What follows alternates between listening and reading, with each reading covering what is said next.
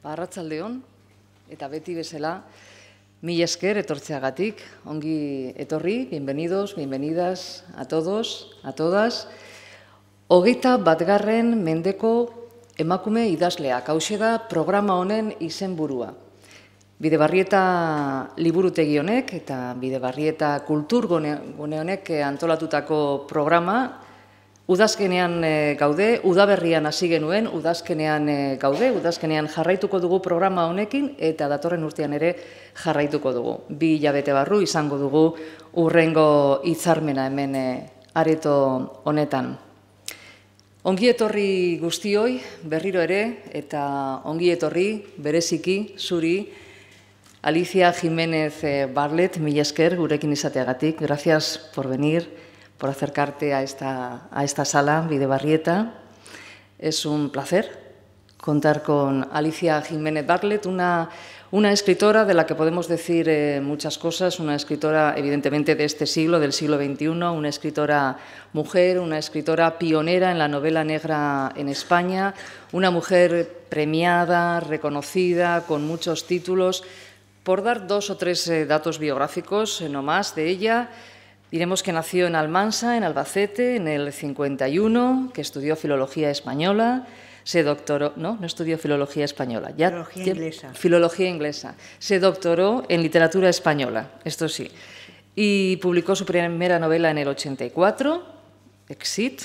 Después ha publicado tantísimos libros, Una habitación ajena donde nadie te encuentre, Hombres desnudos, y citamos solamente los títulos más aclamados y los títulos más premiados. Premios como Planeta, Premio Nadal, premios como el Raymond Chandler, Pepe Carballo y sobre todo conocida y reconocida y admirada por esta serie que protagoniza la inspectora Petra Delicado. Y el último libro, el número 11 de esta serie que protagoniza Petra Delicado, es Mi querido asesino en serie, que es un poco lo que nos va a introducir hoy en esta charla que vamos a llevar a cabo. Como siempre, hablaremos durante media hora, 3/4 de hora y después, por supuesto, intervenimos todos y todas y hacemos los comentarios y las preguntas que queramos hacer. Petra Delicado, decíamos que es la gran protagonista, la mujer por la que le conocemos sobre todo, Alicia Jiménez Barlet. ¿Cómo nació Petra Delicado? ¿Cómo nació este personaje? Bueno, primero déjame saludar mínimamente.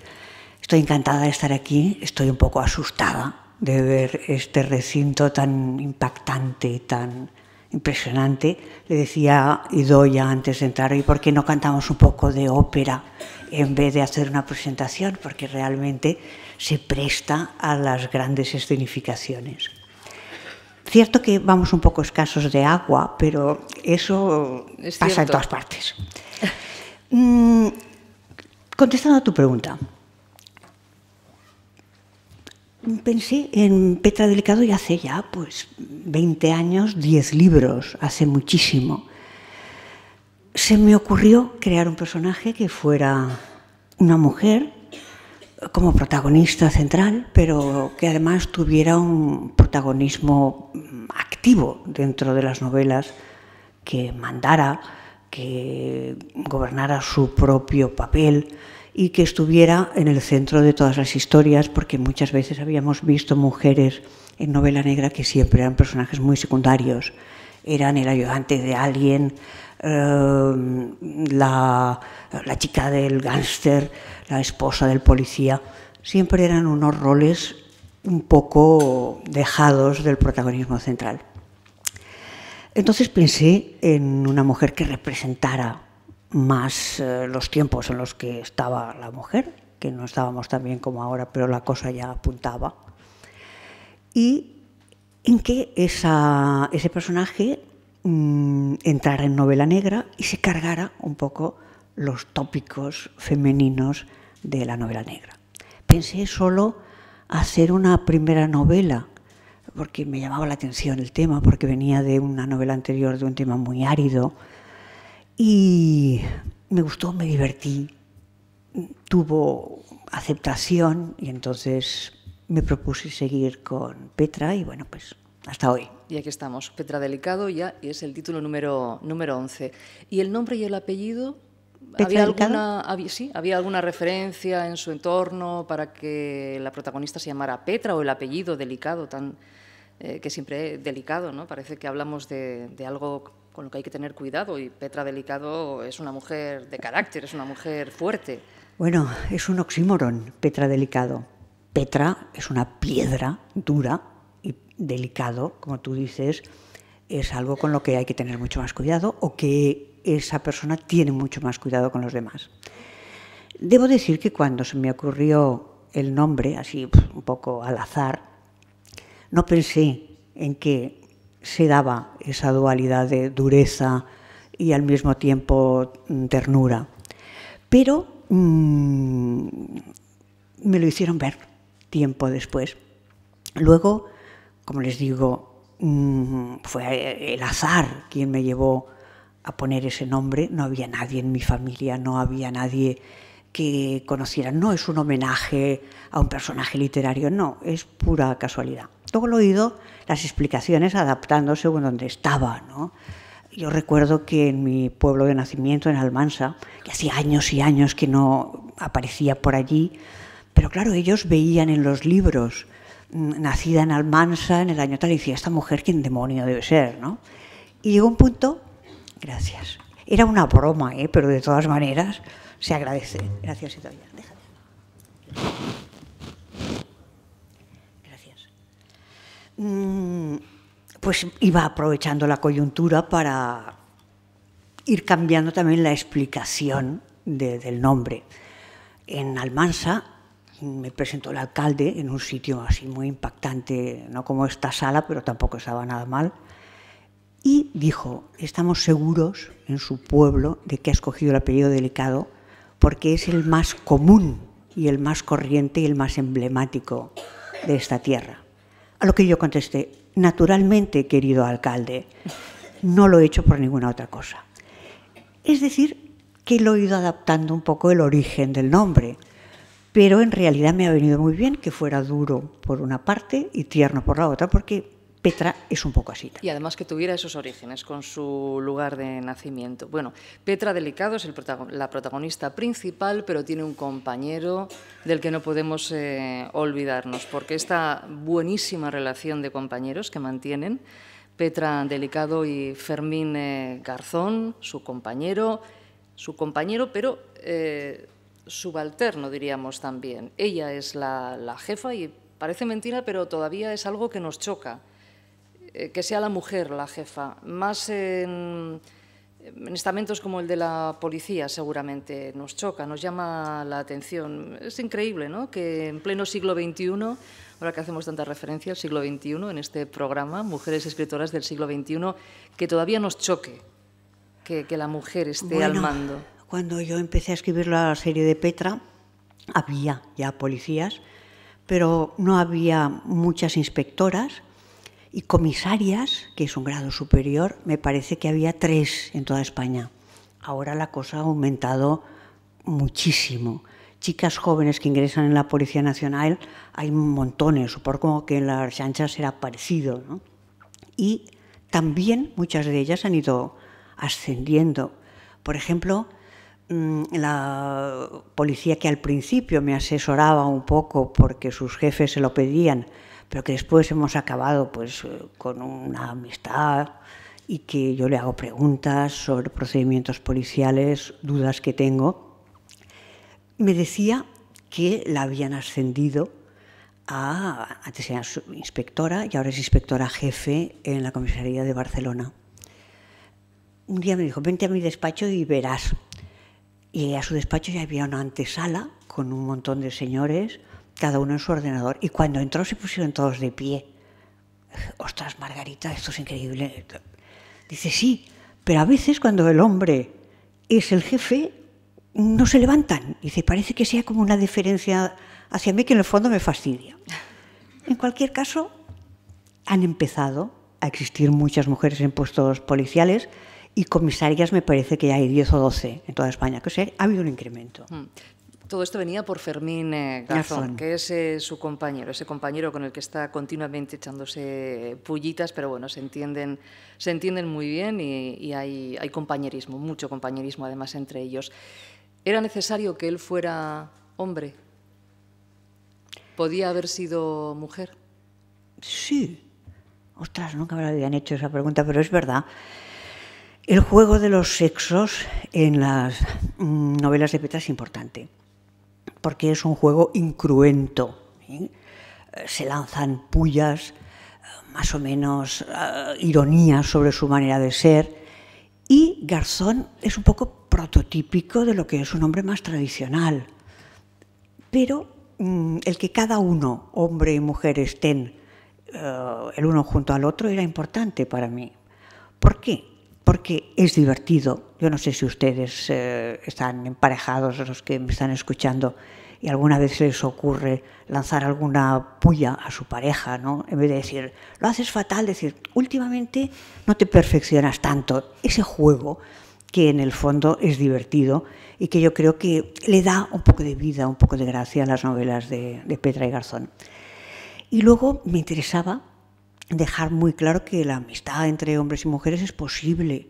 Yo, que soy escritora del siglo XXI, pero nací en el XX, me acuerdo perfectamente de que en mis épocas de colegio y de instituto decían, no, los hombres y mujeres, chicos y chicas, nunca pueden tener una amistad real, porque en el fondo siempre hay algo de tipo sexual, de tipo sensual, un deseo de emparejamiento, de coquetería. Yo creo que cuando llegué a la universidad me di cuenta de que eso no era así, de que ya éramos una nueva generación donde tenías amigos y amigas sin importar el sexo que fuera. Y también es una reivindicación de eso, de la amistad, la posibilidad de amistad entre hombres y mujeres, entre gente con cultura diferente. Petra es más culta y más sofisticada que Garzón, pero se llevan de maravilla. Él sabe más de la calle, sabe más de lo que es el sentido común de la gente corriente y creo que forman un buen tándem. Y además es mayor que ella, sí, que es otro dato importante. Bueno, y en este caso hay un tercer policía que además es de otro cuerpo policial y además es más joven. Y tiene otras características muy diferentes porque pertenece a esta nueva generación que trabaja de otra manera, con otros modos, con mucha locura por el trabajo. No es como Garzón y como Petra Delicado. Este tercer personaje es el contraste, abre una vía a la confrontación con otro cuerpo, pero más que con otro cuerpo, con otro tipo de manera de trabajar. También es un cuerpo policial más joven, porque son los Mossos de Escuadra, pero sobre todo en la caracterización de este personaje está esta fuerza de las maneras actuales del trabajo. Ha conseguido el trío en este caso, para enseñar todas las diferentes maneras, para dibujar en la actualidad cuáles son las distinciones entre unos y otros. Bueno, era un elemento más de confrontación. Hace 2 años que empecé el libro, nunca me imaginé que cuando saliera el libro hubiera una confrontación tan real y tan dramática entre Policía Nacional y Mossos de Escuadra en Cataluña, pero me interesaba más, como Idoia dice, la edad del policía. Es cierto que los cuerpos policiales en literatura y en el cine siempre están un poco en guerra, ¿verdad? Hemos visto 1000 veces las películas americanas cómo muere o asesinan a alguien en un pequeño pueblo de Wisconsin y está el sheriff investigando y de repente llegan los del FBI desde la capital y le roban el muerto inmediatamente. Aquí no tienen jurisdicción. Eso es un clásico en literatura negra que aquí se produce también, porque están un poco luchando por esos cadáveres, aunque quede terrible decirlo así. Pero a Petra lo que más le fastidia es el perfeccionismo del joven, su capacidad de teorizar, su capacidad de utilizar Internet para todo, pues esos avances que forman parte de la vida de los jóvenes y que no son tan esenciales para la gente que tenemos ya una cierta edad. Y sobre todo, tú has dicho la locura por el trabajo. Yo diría que es la obsesión por el trabajo, ¿no? El pensar que el trabajo es lo básico y que tienes que acabar el día completamente descangallado y muerto porque has de trabajar a tope y que eso es lo normal, lo natural y que si no, incluso en sociedad está mal visto. A mí eso me choca. Yo eso en el fondo lo rechazo porque creo que se debe trabajar con mesura y pensar que hay otras tantas cosas importantes en la vida que no son el trabajo y en este libro está reflejado. En más de una ocasión, además. En más de una diferencia ocasión. generacional, permítame leer en la página 37, ¿por qué todo el mundo se toma las cosas tan a la tremenda? La salud del trabajo es excesivo, creo que se pregunta Garzón, me parece, y contesta Petra Delicado, es el signo de los tiempos. Como influir en lo realmente importante nos está vedado, ponemos toda nuestra pasión en las chorradas. Ya nadie se plantea rebelarse o hacer revoluciones, pero cuidamos compulsivamente de nuestra salud, nos desesperamos por ser eficientes en el trabajo y desviamos la atención a lo superfluo. Esto lo leemos en la página 37. Y hablando de Internet, porque también aparece Internet mencionado en alguna ocasión, en este caso, por ejemplo, página 105, al principio la religión controlaba al individuo, más tarde vinieron las convicciones morales y políticas, después un sentimiento de solidaridad universal y ahora tenemos el rinconcito individual de Internet, donde cualquier descerebrado puede sacar sus instintos al sol guardando el anonimato. Estamos en caída libre, señores. ¿Cómo se arregla? Porque usted empezó a escribir cuando todavía Internet no existía. ¿Cómo ha cambiado Internet su manera de escribir? ¿La mía? Cero. Absolutamente cero. Lo único es que a veces las consultas que antes te volvías a los libros y buscabas, pues ahora te metes en San Google e inmediatamente pam, pam, pam. También hay que hacerlo con un cierto criterio porque puedes meter la pata como diccionario. Pero lo que es la esencia de lo que yo escribo, mi manera de relacionarme con el mundo o mi manera de relacionarme con los lectores y con la gente no la ha cambiado para nada. Yo no estoy en redes sociales, no he estado nunca, no mantengo correo electrónico con ningún lector ni con ninguna organización.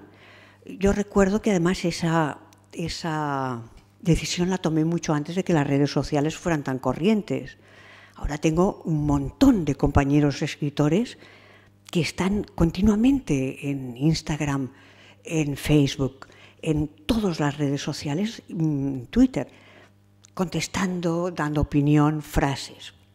A mí me daba mucho miedo porque, en el fondo, no deja de ser una manera de alimentar a la bestia de la vanidad.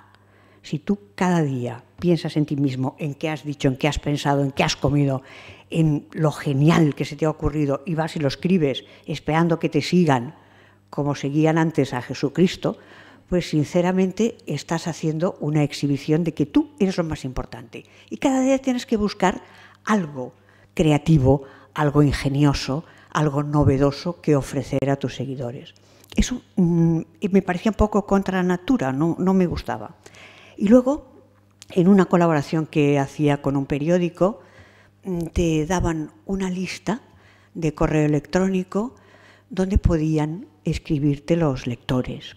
Y fue terrible, me ponían verde cada día, ¿no? Me insultaban. Yo decía, las palomas son maravillosas porque han anidado una en las macetas de mi ático. Y rápidamente tenías un montón de gente que contestaba, las palomas son las ratas de la ciudad y usted es una inconsciente y completamente antihigiénica. Yo dije, vos, no me conviene nada. Y ahí terminó su relación con las redes pues sí. Sociales. Bueno, pues volvamos a su modo de escribir habitual. Por ejemplo, en las novelas policíacas, ¿qué es lo que primero cierra a la hora de pensar en la novela policíaca?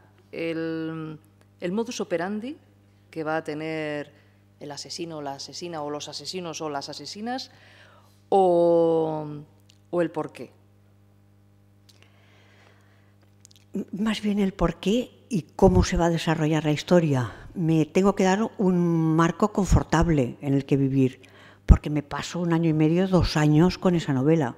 Entonces, si cada mañana te enfrentas a tu propia historia y tienes que forzarte a ti misma con cosas que no se te ocurre, que no te encuentras a gusto, que se te acaban las ideas, pues eso es poco aconsejable. Que el marco donde suceda me dé posibilidades de reflexión, de hablar, de explorar, de criticar. Eso es muy importante para mí. Y desde luego el por qué un asesino llega a serlo, ¿no? En realidad, muchas veces empiezo a escribir, llevo mediada la novela y aún no sé quién va a ser el asesino. Tengo una idea vaga, pero me voy metiendo en problemas de los que luego pienso, a ver cómo salgo, ¿no? Y esa manera de ver cómo salgo, al final siempre encuentras un resquicio o una solución y sales por ahí.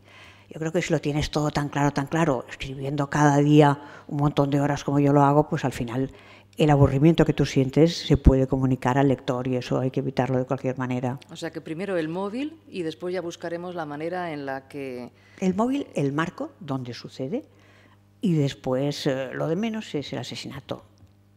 Porque está el móvil, está el modus operandi de aquellos que van a matar. El modus operandi ahora es un poquito... Tienes más posibilidades de matar así con gracia. Cuando yo empecé, me acuerdo que la policía me dijo, es exclusivamente el arma blanca, los cuchillos, los golpes y nada más. Ahora me dijeron que circulan un montón de pistolas por el mercado negro español, que sobre todo en los últimos 10 años que se ha incrementado, con lo cual puedes meter algún tiro de vez en cuando, que tampoco viene mal, ¿no? Porque si no era muy cutre antes. ¿Y los venenos? ¿Que dicen que son tan femeninos? No me gusta nada eso de... Es verdad, eso de la envenenadora mujer me joroba extraordinariamente. Mis asesinas matan a lo bruto. Nada de poner un poquito taimadamente en la comida del marido. ¿Qué va? Eso es terrible. Es pensar que en el fondo somos urdidoras, que somos un poco mentirosas, hipócritas y que poquito a poco vamos lanzando las cosas. No. Yo estoy por el asesinato femenino a gran escala, con un buen tiro en medio de las narices o con incluso violencia. Estoy bromeando un poco, pero digo la verdad. Eso de que las mujeres siempre somos envenenadoras en la sombra me fastidia mucho. No podemos decir muchas cosas de esta novela porque, claro, destriparíamos el final y vamos a ir con mucho cuidado. Pero, digamos, y se lo hemos leído además, porque sí que tiene página web. Sí, pero no la llevo yo y además no dice nada. Bueno, pero en esa página web sí que hemos leído lo siguiente. Me gustaría que el lector sintiera a los personajes como a gente que ha conocido y que también se planteara los problemas que ellos se plantean. La intención última es una cierta reivindicación de un sentimiento como la pasión, sobre la que tanto nos han advertido a las mujeres. Y en esta historia, insisto, sin destriparla, sí hay muchas mujeres. Y hay muchas mujeres solitarias. Sí, yo creo que es el gran tema de este libro. La soledad de hombres y mujeres en las ciudades grandes.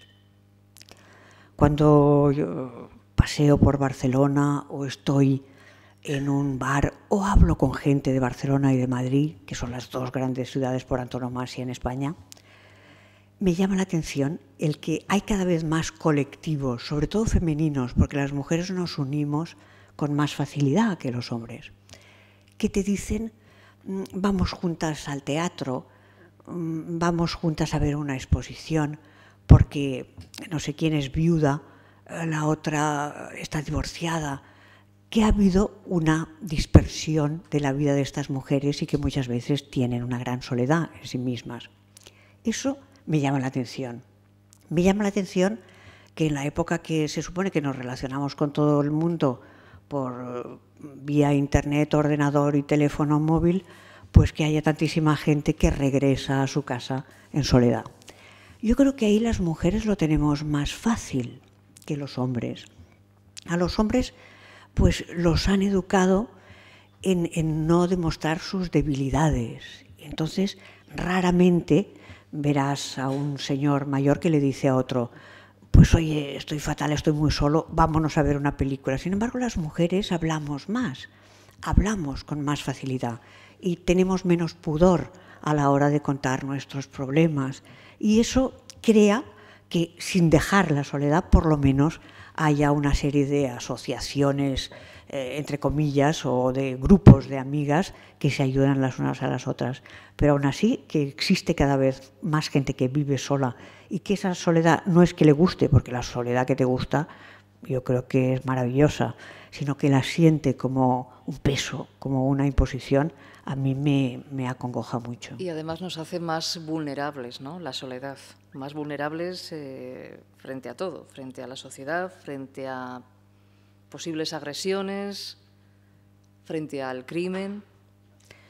Somos más vulnerables en ese caso. Yo creo que soy contraria al miedo. Creo que somos una sociedad, no solo la española, sino toda la europea, donde nos han inculcado el miedo desde pequeños.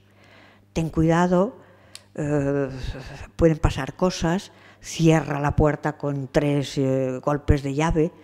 Todas esas precauciones muchas veces te quitan un montón de libertad y además, no sé, claro que se leen cosas terribles en los periódicos, pero todos vivimos al lado de un montón de gente y nunca nadie nos ha asesinado ni nos ha robado, ni siquiera se ha metido con nosotros.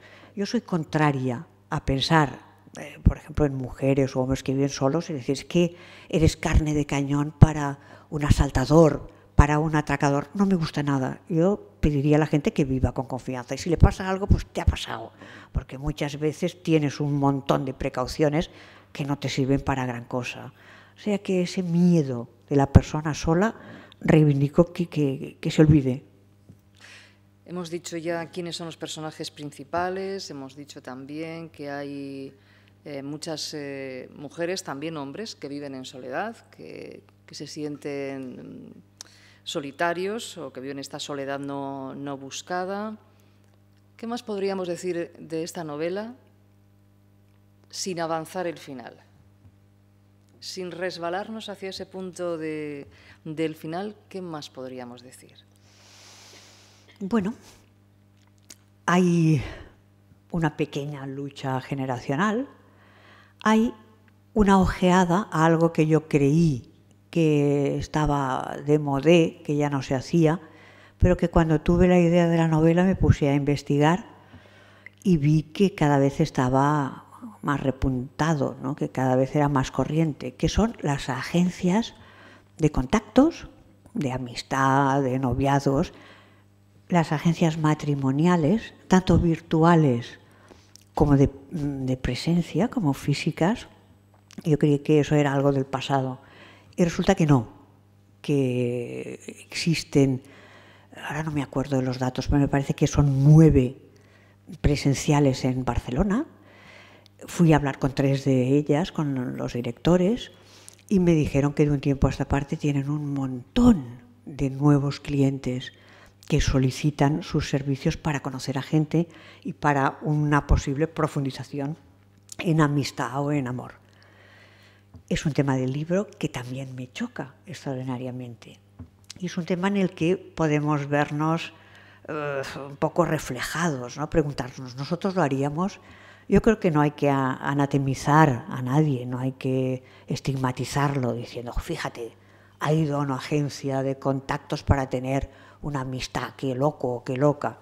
No, pues es un medio más, la gente nos las apañamos como podemos en la vida y no me parece un tema que sea criticable. Pero las 3 cosas principales que me dijeron fue que nadie quería dejar muchos datos personales, que se pedía una confidencialidad cada vez mayor y que eran necesarios grandes estudios psicológicos de las agencias más serias, digamos.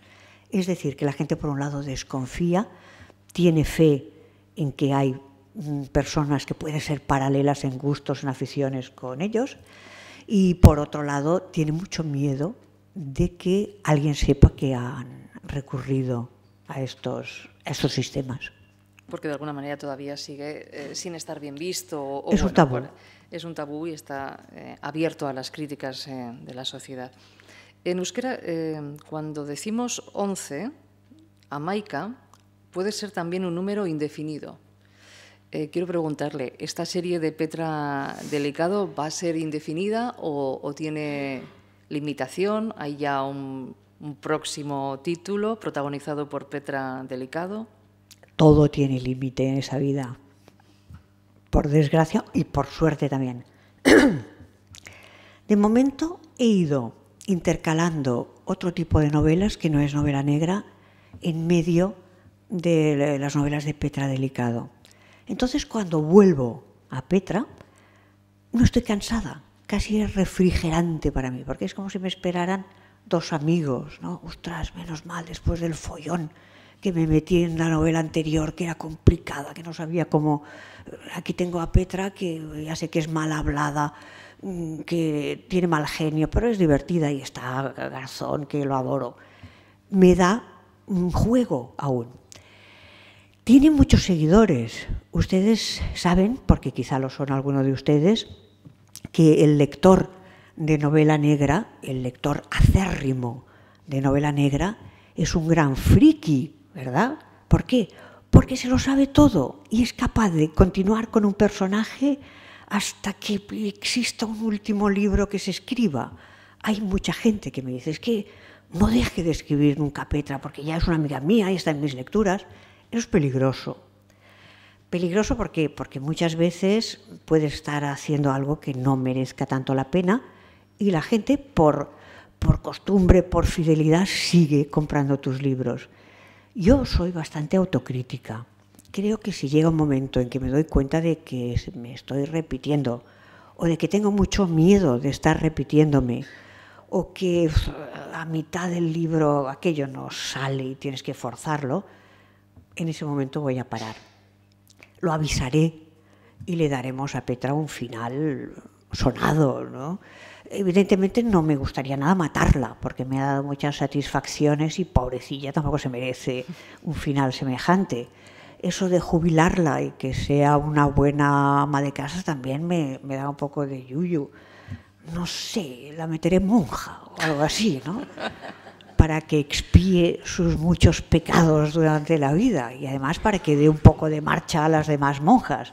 No sería ninguna mala solución. Bueno, pero lo dejamos para el futuro. Lo dejamos y en el futuro próximo, ahora toca entonces otra novela, no una novela protagonizada por Petra Delicado. No lo sé. Estoy de vacaciones, a pesar de que me hacen trabajar de vez en cuando. Terminé, ustedes lo ha dicho Idoia, que me dieron el premio Planeta hace 2 años y pasé un año entero viajando y promocionando ese libro. No pude trabajar en un año. Cuando regresé tenía mucho miedo, porque el escritor, si es sincero, les dirá que siempre tiene miedo de enfrentarse a una historia que aquello ya no sale. Dice, se me acabó el talento. Se acabó. Lo hice con mucho miedo, lo hice tanteando, le dediqué un montón de horas. He pasado 1 año y medio trabajando en este libro de Petra. Y ahora quiero descansar por lo menos un par de meses. Y descansar no es pensar en lo que vas a hacer, es no pensar en lo que vas a hacer. Vivo día a día y leo muchísimo de otros, que trabajen otros ahora, y entonces estoy en plan relajado. ¿Saben cuándo me doy cuenta de si alguna vez he hecho estos impases sin trabajar? ¿Saben cuándo me doy cuenta de que necesito volver a escribir? Pues yo sí que me he dado cuenta. Cuando hago mi vida normal, por ejemplo, pues, subo en un autobús y veo una señora que se levanta y que va a bajar, va hacia la puerta, y mi mente empieza a decir, se levantó, llevaba un abrigo gris, dio 3 pasos hacia la puerta y salió precipitadamente. Digo, ostras, estoy contando en clave de narrativa, no puede ser, hay que empezar a escribir. Pero hasta que esa voz interior no me empieza a rondar y a rondar, voy a descansar. O sea que de momento estamos descansando y estamos leyendo. ¿Y qué lee? Mucho. cada vez me gusta más leer. ¿Cuáles son los últimos títulos que le han satisfecho especialmente? Eso es muy difícil decírtelo, porque tengo mala memoria, leo mucho. No lo sé. ¿De novela negra cuáles son sus autores favoritos? Hay muchos. Todos los europeos me gustan. Todos los mediterráneos me gusta. Me gusta Camilleri, me gusta Marcaris, me gusta Thierry en Francia. Los nórdicos, algunos me gustan y otros no, porque son muy sangrientos, ¿no? Hay veces que me dejan el corazón absolutamente consumido, ¿no? Cogen a la víctima y la parten en pedacitos y encima les ponen un palillo como si fuera un aperitivo. Y llega un punto en que sobrecargas emocionalmente al lector. Pero de vez en cuando los intercalo y leo bastante novela negra, no solo novela negra, pero hay una autora que me gusta mucho, norteamericana, que no es de novela negra, Joyce Carol Oates, que siempre la llaman que es la eterna candidata al Nobel, ¿no?, de literatura. Ha estado recientemente aquí en Bilbao. ¿Ha estado recientemente? Sí, ha estado recientemente. Es más rara que un perro verde, ¿verdad? Es una mujer especial, pero escribe como los propios ángeles y tiene una imaginación que parece que no tiene final. Me gusta mucho todo lo que hace, que además me sobrecoge mucho, lo leo siempre. Hay muchos autores que me gustan. Sería injusto decir unos cuantos porque hay muchísimos. ¿Y Petra Delicado, en qué país ha caído especialmente bien? ¿Dónde gusta más? En Italia. En Italia tiene un tirón enorme. Yo, de broma, siempre digo que en Italia somos el Papa y yo, y no necesariamente en este orden. ¿Por qué? Porque esas cosas pasan, pues de repente resulta que Henning Mankell, que era sueco, tenía más éxito en España que en Francia o que en ningún otro país europeo. ¿Por qué? No se sabe. Nunca hay una explicación. En Italia los libros de Petra los sigue mucha gente, los otros también. Tengo, que sí que es importante, una traductora magnífica. Yo creo que eso estás en manos de tu traductor. Tú más o menos puedes controlar pues una traducción francesa o una traducción inglesa, mirar un poco, tampoco te la vas a leer obsesivamente ni dominas la lengua como para saber si aquello está perfecto, pero te llega una traducción checa o rusa o noruega y eso ya no puedes saber, estás en manos de tu traductor. Y por lo que me dicen, y lo poco que yo sé de italiano, María Nicola, mi traductora, es espléndida, ha captado perfectamente el ritmo, el tipo de vocabulario, y eso ha influido mucho también. Y supongo que todos somos mediterráneos, a los italianos les gusta España con delectación, ¿no? Les parece un país maravilloso y les gusta Barcelona muy especialmente, no sé, hay una confraternización entre ellos y nosotros. Me preguntan muchas veces cuando voy a Italia, me dicen, somos hermanos gemelos, ¿verdad? Españoles e italianos. Y yo les digo, no tanto, porque los españoles tenemos una herencia árabe que nos hace más orgullosos y tenemos peor humor, tenemos peor genio que los italianos. Los italianos hablan mucho. Yo recuerdo pues haber estado a veces en un aeropuerto y cancelar un avión porque había una huelga y nadie decía a los viajeros que había una huelga y que estábamos ahí esperando acontecimientos. Hubo malestar, todos estábamos en Italia y todos eran italianos, se movían, hablaban y de repente un señor mayor con una barba se subió a uno de los asientos y empezó a arengar como si estuviera en el foro romano. Questo è intollerabile, signore, perché abbiamo tante cose che noi facciamo bene, ma il governo... La gente lo escuchó y bueno, al final aplaudieron. Eran romanos aún, eran romanos de los que estaban en el foro y hablaba un senador y escuchaban y luego aplaudían. He vivido la misma situación en España Y de repente, aquí somos pacientes, ves que la gente espera, no dice nada, no dicen nada de las líneas aéreas, vaya morro, y de repente estalla una cólera salvaje. Esto no puede ser, es lo último. Y la gente se cabrea a morir. Yo creo que ahí está la esencia árabe, ¿verdad? Ese golpe en la mesa, esa de repente ira que sentimos sería esa influencia. Y los italianos son mucho más light en ese aspecto. Y yo me atrevo a decir que ese juego amable que se traen Petra Delicado y Fermín Garzón, con esas pullas constantes, también tendrá éxito en Italia, que son también mucho de juego dialéctico y de decirse uno al otro estas cosas. Son irónicos. Son muy irónicos, cierto, sí. Cierto. Ha mencionado el premio Planeta, premio importante, sin duda. Bueno, creo que hemos dicho al principio algunos de los premios que ha recibido. Los premios son importantes, ¿verdad? Son el reconocimiento a una labor, a una trayectoria, a un buen hacer. Bueno, vamos a ver. Los premios son importantes, sobre todo si están dotados como el Premio Planeta, ¿verdad? Que es una pasta. No podría decir, bueno, sí, yo cada día voy recibiendo premios. No, es una pasta y te quedas pues estupefacto y diciendo, me ha tocado la lotería. Pero yo les diré que si te tomas en serio los premios y vas creyéndote que sabes más o que eres mejor o que tu libro es maravilloso porque te dan un premio, acabas despeñado, porque eso no es así. Muchas veces los jurados de los premios pues están influenciados por un tipo de, ¿qué les diré? Pues de modas en los temas. Otras veces son muy esclavos de la forma en que está escrita el libro.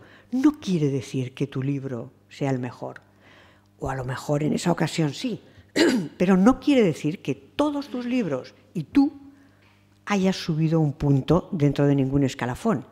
Es un reconocimiento puntual a un libro, no a un escritor. Ahora, el día que me hagan hija predilecta del país y me pongan un monumento en la Plaza Mayor, pues entonces empezaré a creérmelo. De momento hay que estar muy sereno y saber dónde tienes los pies, que tiene que ser en el suelo. Bueno, yo le voy a recordar que usted tiene el reconocimiento de los libreros de Vizcaya, la autoridad, que además aquí lo simbolizamos con la maquilla. A usted le fue entregada hace 2 años, en reconocimiento a esa autoridad de escritora, ¿no? Me hizo mucha ilusión, y no lo digo aquí para marcarme un tanto con ustedes. Tanto es así que yo hice un discurso de recogida del Premio Planeta un tanto fuera de lo habitual, ¿no? Por mi gusto de bromear un poco y de quitar solemnidad a las ocasiones. Me fastidia mucho la solemnidad, no me gusta. Dijeron mi nombre, subí allí, estaban los miembros del jurado, el presidente de la Generalitat en aquel momento, en fin. Yo tomé el premio, me pidieron hablar y dije que había sido el 2015 mi gran año. Lo primero que dije, los libreros de Euskadi me han premiado con su premio anual, estoy muy orgullosa. Me han dado el premio Carballo de novela negra en Barcelona. Me han dado un pequeño premio en Italia, del sur de Italia. Y continué diciendo, de hecho, esta mañana mismo me han llamado del supermercado donde suelo comprar y me han dicho que me ha correspondido un secador de pelo. Y ahora el Planeta, claro, estoy aterrorizada, señores, porque verdaderamente cuando en España premian tanto a alguien es que te quedan 4 días, ¿no? Lo primero que mencioné, el premio de los libreros de Euskadi, porque fue importante para mí. Además, en una ceremonia que estaba Idoia, que fue muy cercana, muy tierna, me gustó mucho. Bueno, yo creo que tenemos ya, es el momento de abrir aquí un poco el turno de palabra. Tenemos un micrófono para escucharnos bien y no sé, seguro que alguien quiere hacer algún comentario, alguna pregunta. contar alguna anécdota, algo relacionado con la lectura de estas novelas, tanto las de Petra Delicado como todo el resto de la literatura de Alicia Jiménez Bartlett. No sé si alguien se anima a abrir esta ronda de comentarios. Al principio siempre cuesta, ¿verdad?, que alguien levante la mano. Sí, siempre da un poco de cosa, ¿verdad?, ser el primero en hablar. Y el micrófono también impone. Pero sean solidarios, porque yo llevo hablando 3/4 de hora.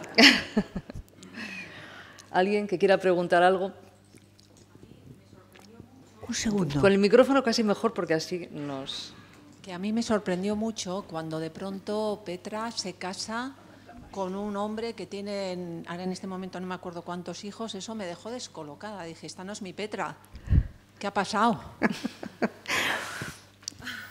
Es verdad, me hace mucha gracia que me diga eso, porque las lectoras, sobre todo las italianas, cuando volví a casar a Petra por tercera vez, pues me venían en la firma de libros y me decían: ma Petra, perché la sposa un'altra volta?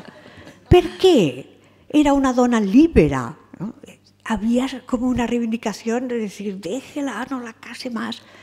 Pero me ha servido este tercer matrimonio y estos hijos que a Petra le vienen dados, pues un poco para adentrarme en lo que son esas nuevas familias, como llaman, ¿no? Donde hay hijos de diferentes matrimonios, donde cada uno de los cónyuges tiene una vida anterior, que es algo muy común, muy corriente y que se está gestando durante los últimos años. Tenía curiosidad por ese mundo y ahí he metido a Petra en ese lío. Además, tiene que reconocer que el marido es un encanto. Demasiado. Es un hombre que la espera, que hasta le hace una tortillita a la francesa de vez en cuando. Bueno, yo creo que no se puede quejar. Pero si se porta mal, la divorciamos otra vez, ¿eh? Y volver a un cuarto matrimonio, un quinto... No sé. Bueno, ¿no? Que si estará ya cerca de meterse monja. Claro, abierto, no, y es verdad. Si entra monja va a ser un poco complicado que se vuelva a casar. Pero bueno, su relación con estos hijos del marido, sin ser la de una madre amantísima, es una buena relación, ¿no? Ella se arregla bien con los chavales. Claro, yo creo que sobre lo que no tenemos un sagrado deber, ¿no?, tenemos más facilidad de llevarnos bien. Hay veces que los hijos, sobre todo a las mujeres, nos han impuesto tanto que eso de tener hijos es importantísimo, que es lo primero, que la maternidad es con mayúscula, que muchas veces hay mujeres que se sienten anonadadas por ese peso y que ven a sus hijos a veces como algo maravilloso, pero como una pequeña carga, ¿no? Lo estaré haciendo bien, lo haré mal, luchas internas. Sin embargo, cuando tienes unos hijos medio pensionistas, pues entonces piensas que tienen su padre y su madre y ya se las apañarán. En cualquier caso, es un nuevo tipo de familia que cada vez es más corriente, ¿no? Yo recuerdo que estuve con una beca en Estados Unidos y un día me llevaron a dar una charla a chicos de un instituto. Entonces, hubo una fiesta que ellos llamaban española, donde había un montón de sombreros mexicanos, pero no les vamos a pedir tampoco perfecciones. Y empezaron a presentarme familias y yo dije, pues hay muchas familias numerosas con muchos hijos. Y un profesor de la universidad dijo, no, Bobby es hijo mío, pero no de Angela. Y esta chica no es hija de ninguno de los dos, es de un matrimonio anterior de ella que murieron los dos y vive con nosotros. Era como un acogimiento donde no importaba tanto la sangre, ¿no? Donde realmente el que hubieras engendrado a un chico o a una chica no era algo tan importante, sino que lo era el trato, la humanidad, el día a día. Eso me llamó mucho la atención. ¿Alguna otra? Este micrófono que tenemos por aquí, que se mueve fácilmente. ¿Algún otro comentario, pregunta? Sí.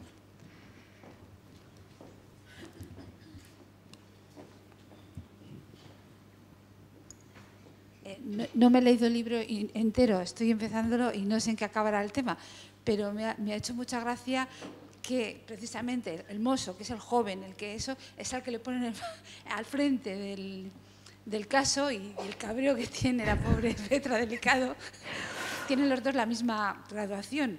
Y, o sea, quería preguntar un poco también eso, el motivo por el cual, bueno, me imagino que sí, para provocar todavía situaciones más conflictivas, o no sé, si es esa la intención, ¿no?, de haberle puesto al frente al joven y al que es más diferente a ellos. Sí, está hecho con toda intención el que le den el mando al chico más joven. Porque además, bueno, se confrontan, como decíamos antes, las maneras nuevas de hacer, la personalidad, les sirve para ser un poco gruñones, como somos toda la gente de una cierta edad que nos volvemos gruñones con los jóvenes, aunque luego nosotros en nuestra época hubiéramos hecho iguales burradas o más. Y sirve para otra cosa, que es que él es un espejo frente al que actúan Petra y Garzón, y los vemos más teatrales que nunca. Al pobre mozo de escuadra joven le montan cada número, hacen como si se enfadaran o cantan cuando no toca, y el pobre está asustado, ¿no? Dice, ostras, ¿y esto cómo se come, no? O les dan ataques de risa, hasta que va entrando un poco en su juego y se da cuenta que lo serio no es enemigo del humor, que se puede investigar con seriedad, incluso con pasión, con profesionalidad, dando una opción al humor, al lado humano, al tomar una cerveza todos juntos y charlar. Y eso le lleva a pensar que tampoco la gente un tanto mayor que aún está en puestos importantes, pues que no están tan caducos, sino que tienen unos métodos que quizás son más pegados a lo que llamamos humanidad tradicional, más cercanos al individuo que a la organización y que al cargo que ocupa cada uno. Pero ya lo verá usted, cómo la cosa va hasta extremos conciliadores. Yo diría que este libro es conciliador. Igual cuando llegue a Barcelona me van a montar un escrache del demonio, tanto los unionistas como los independentistas, porque salen las dos policías, pero mi intención es conciliadora en cualquier caso. No hay ninguna bronca política, ¿no?, digamos, entre los dos cuerpos. No. Se trata más bien de las diferentes maneras, pero porque son dos generaciones diferentes, y es verdad que las nuevas generaciones tienen una manera distinta de trabajar, como decía, más centrada en la organización, más estricta si cabe también, no tan desmadejada a veces, pero que a veces este desmadejamiento de los mayores también consigue, y de mejor manera, los frutos, ¿no?, que se buscan. Bueno, esto ya es un comentario personal, pero yo creo que la policía tiene que estar muy profesionalizada, ser poco ideológica y muy profesional y muy fría. ¿Por qué? Porque estamos teniendo atentados yihadistas, estamos teniendo francotiradores. La gente nos sentimos muchas veces un poco anonadados por esas realidades, ¿no? Que estés paseando por una calle peatonal y aparezca una furgoneta y se te lleve por delante. Tú lo que quieres es que esos sistemas policiales funcionen y te ayuden al margen de cuál sea su orientación política. No te interesa saberla, quieres a profesionales realmente de la investigación, porque los tiempos tampoco están para que uno se ponga en florituras ideológicas. No sé si ustedes están de acuerdo, pero yo lo pienso así, con cierta preocupación. ¿Y qué nos dice respecto a esta sociedad? ¿Es más macabra que otras sociedades de otros tiempos? Los tiempos modernos, aunque digamos lo contrario, ¿gozamos de alguna manera también con la sangre? Siempre se ha gozado con los asesinatos. Todos recordamos la prensa del siglo XIX, la prensa incluso cuando de finales o inicios del XIX, cuando casi la fotografía estaba en pañales, que había dibujos a plumilla del Destripador de Jack el Destripador en Londres, ¿no? Esas figuras, ese siniestro del mundo del delito nos atrae. No sé por qué. Hay veces pues que tienen en vilo a todo un país, porque es la curiosidad. Ustedes dirán, morbosa, pues bueno, sí, pero tampoco vamos a estar siempre pensando en los ángeles del cielo, ¿no? Muchas veces te preguntas cómo es posible que alguien sea capaz de haber asesinado de esta manera. ¿Por qué? Quieres saber los porqués, conocer el mecanismo por el que se ha hecho. Hay casos que mantienen a la sociedad en vilo. No sé si se acordarán de aquella niña inglesa que desapareció en un hotel en Portugal. Estuvo todo el país, España, Portugal e Inglaterra, pendientes de aquello. Porque tienes un montón de incógnitas, tienes un montón de miedos y al mismo tiempo una curiosidad, sea morbosa o no, por ver qué hay en el fondo de un ser humano que es capaz de hacer algo así. Al final de la novela, cuando ya se resuelve el caso, sí, dice Petra, delicado, supongo que la gente se lo pasó igualmente bien, escandalizándose, horrorizándose y gozando a partes iguales con estos asesinatos en serie. Lo decía lo de otros tiempos porque, por lo menos, no tanto en la literatura quizá, pero sí en el periodismo, todos recordamos el caso, pero el caso desapareció y durante algunos años parecía que estas noticias no nos interesaban tanto y en los últimos años otra vez en los periódicos están en las portadas. En las primeras páginas de los periódicos encontramos siempre tragedias y violaciones y robos y asesinatos y no sé si estamos volviendo otra vez al regusto por estas cosas. No creo que haya más casos que los que haya podido haber hace 30 años, por ejemplo. No, seguro que no. Lo que pasa es que ahora nos enteramos de todos, claro. Sucede una violación en un autobús en la India y por vía internet lo sabemos inmediatamente. Y claro, son tantos esos inputs que nos llegan, esas noticias, que al final pues la gente está con la sensación de que eso es lo importante. No sé realmente si ahora se hace más caso. En el periódico El Caso que tú mencionas, Idoia, pues en mi época, en la época franquista, resulta que dentro de ese periódico tan amarillo y tan de sucesos, había muchas informaciones antifranquistas y pasaban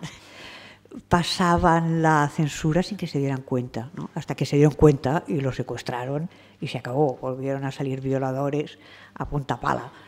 Pero es curioso porque ha habido infiltraciones políticas dentro de las informaciones exclusivamente de crónica negra.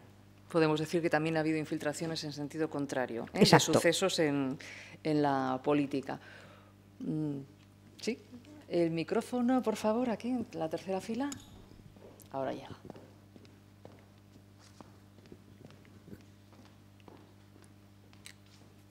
Aquí, el caballero. ¿Tiene usted contacto con sus traductores a otros idiomas? ¿Le consultan cosas o deja el libro y que sea lo que sea? Tengo contacto con pocos de ellos, con la traductora de alemán, con los traductores que son 2 franceses y con la italiana. A veces me hacen alguna pregunta por ahí suelta, rara, ¿no? Tengo contacto con mi traductor de finlandés, que es un finlandés muy divertido, que habla un español perfecto, ¿no? Entonces, por ejemplo, un día este finlandés me escribe un correo electrónico y me dice: tengo un par de dudas, una que no consigo sacar de ninguna parte. Por un lado me decía, ¿por qué hay tantas policías en España? Claro, la autonómica, la urbana, la nacional, la Guardia Civil. Estaba confundido con semejante aluvión policial.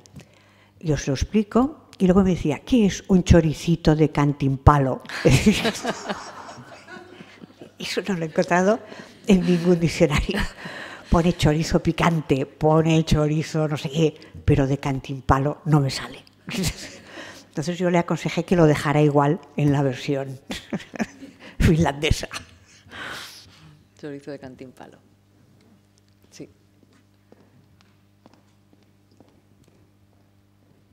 Lo mejor era invitarle a un chorizo de cantimpalo, ¿verdad? Ya lo hice. Era la ¿Le mejor gustó? manera de, sí, le gustó, de entenderlo. Hola, buenas.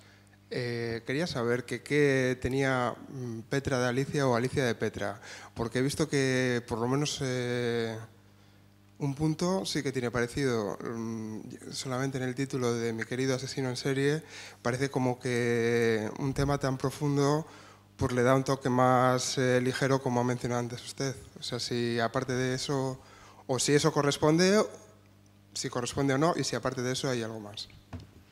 Pues me encanta que me haga esta pregunta, como dicen los entrevistados, porque hubo polémica con mi editor por este título. El editor quería quitar en serie, quería poner Mi querido asesino. Y yo le insistía en que tenía que ser en serie. Y me decía, ¿pero por qué? Lo digo, porque da un toque irónico. De repente, el que tiene el libro en la mano dice, vale, es un asesino en serie, pero debe haber algo más ligero, más accesible o más humorístico. Y al final, pues, fue adelante con En serie. ¿Por qué? Porque sí que es verdad que Petra y yo tenemos en común la ironía. A mí me gusta la ironía, no para agredir a nadie. Yo, de hecho, a las personas que me caen mal nunca les hago bromas irónicas, no les hago ningún tipo de broma.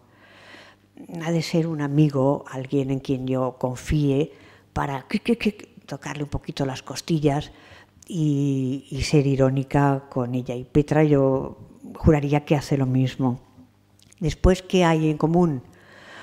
Un gusto por la amistad, que también compartimos. Petra le gustan los amigos, casi tanto como la familia, y a mí me parecen, cada vez cuanto mayor me hago, más importante tener amigos, no olvidarlos, tenerlos cercanos. No quiere decir que cada día estés con ellos, pero pensar que ese tipo de relaciones son muy, muy importantes, son testimonios de tu vida, de la vida suya en el mundo, y nos hacen falta. No podemos pasar así sin mirar alrededor, ¿no? Con lo de los títulos, se pueden imaginar que los títulos y los traductores, que me preguntaba el otro señor, que han pasado cosas muy sorprendentes. Yo no soy muy buena poniendo títulos y muchas veces el editor lo ha cambiado. Muchas veces te piden permiso, lo proponen y bueno, pues otras veces aceptas o entre los dos se llega a un acuerdo. Yo he aceptado muchas veces cambios de títulos. Bueno, ella también lo trata así, de todas maneras, ¿no, Petra? También le define como Mi querido asesino en serie, ¿no? Sí, sí, sí. O sea, sí. ya no solamente es el título, es un poco... Es el título porque sale en el interior de la novela, exactamente. Entonces, yo espero que en las traducciones lo respetarán, ¿no? Porque, por ejemplo, los alemanes siempre cambian los títulos. Siempre, es sistemático. Yo creo que hay 2 libros míos que han salido con el mismo título en Alemania. Pero además son muy suyos los alemanes. En uno de mis libros se llamaba Serpientes en el paraíso. El paraíso era una urbanización, en efecto, muy paradisíaca, muy agradable, donde se cometía un asesinato. Entonces yo hacía un juego bíblico con las serpientes que tentaron a Adán y Eva, el paraíso, etcétera, etcétera. Bueno, sin pedir permiso me llegó la traducción alemana que se llamaba Pirañen in Paradise, o sea, pirañas en el paraíso. Como se pueden imaginar, me pesqué un cabreo de mucho cuidado, porque ¿qué piraña había en el paraíso? ¿Qué pasa? ¿Le mordió un pie a Eva? Me parecía que que no habían respetado. Pero es que el penúltimo libro, que ahí estuve muy inspirada, y tengo que reconocerlo aunque sea en público, que se llamaba El silencio de los claustros. Ustedes reconocerán que tiene una armonía casi poética, ¿no? El silencio de los claustros. Bueno, pues llegan los alemanes, el editor alemán, y le titula La monja sorda. Claro, yo partir de ahí ya no quiero saber nada, que hagan lo que quieran con los títulos. La monja sorda. Sí, el micrófono sigue estando a disposición. Sí, el señor de rojo. Hola, buenas noches. ¿De qué libro estás más orgullosa dentro de los de la serie de Petra Delicado? ¿El que crees que te ha salido más redondo? O sea, con vista ya un poco, habiendo visto todos los que hay hasta ahora, el de ahora, si quieres, no lo comentes porque es el último y claro, ¿no? Hay que venderlo bien, ¿no? Pero vamos a decir los anteriores. Sí. Yo nunca suelo estar muy orgullosa de mis libros. Siempre me parece que hubiera podido ser mejor, que cuando sale de mis manos hubiera podido mejorarlo. Pero hay uno que le tengo más cariño que a los demás, que es el segundo de la serie, Día de Perros. ¿Por qué? Porque me gustan mucho los perros, los animales en general, y tuve que hacer un montón de investigaciones en el mundo de los perros, desde veterinarios hasta criadores, hasta, yo qué sé, pues si un hallazgo de sangre se sabe si es de un perro o de un hombre. Me metí en el mundo del perro, investigué durante 2 meses con un montón de gente, aprendí mucho y me fue muy grato, muy agradable. Y lo conservo siempre como mi libro favorito dentro de la serie de Petra Delicado. Pero no porque me parezca espléndido, sino porque tiene un montón de subjetividades que me hacen preferirlo sobre los demás.